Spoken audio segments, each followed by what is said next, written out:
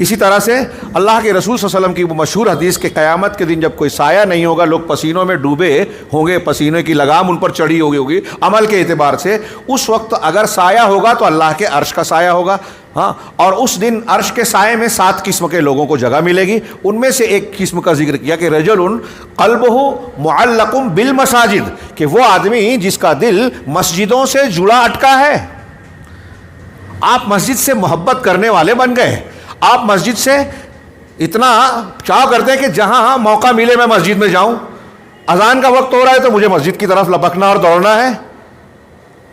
ان خوش قسمت لوگوں میں ایسا انسان شامل ہوگا جو مسجد سے اتنی محبت کرتا ہے، اس کا دل اٹکا رہتا ہے، بار بار جانا چاہتا ہے، اللہ کے دربار میں حاضر ہونا چاہتا ہے، توحید کو، اللہ کی عبادت کو کر کے اللہ سے جڑنا چاہتا ہے کہ اللہ نے اس مقصد کے تحت پیدا کیا. اور جو بار بار 5 وقت اللہ کی نماز کے دربار میں حاضر ہوتا ہے، مسجد کے پیغام کو سمجھ کر اس کو عزت دیتا ہے، اس کے اندر ایمان ہے، اس کے اندر تقویٰ ہے، اس کی توحید کو مضبوطی ملتی ہے، اسے زندگی کے دوسرے معاملات میں برکت اور قوت ملتی ہے.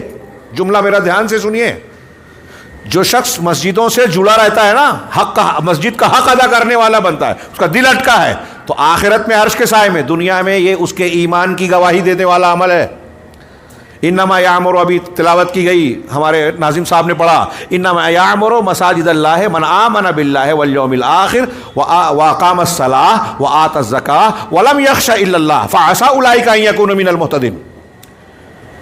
کہ اللہ کے مساجد کی تعمیر تو وہ کرتے ہیں، ابھی میں تھوڑا بیان کروں گا. تعمیر میں 2 معنی ہے، ایک عمارت کی تعمیر کرنا نقش و نگار کے بغیر، سادگی سے، اچھے ڈھنگ سے، ہاں عمارت کی تعمیر. ایک ہے اس کو آباد کرنا، نماز سے، تسبیح تحلیل سے، تلاوت سے، تعلیم سے، تعلیم و تربیت کے کاموں سے، خطبہ جمعہ سے، اور دوسری نیک کاموں سے جو مسجد میں مشروع ہیں.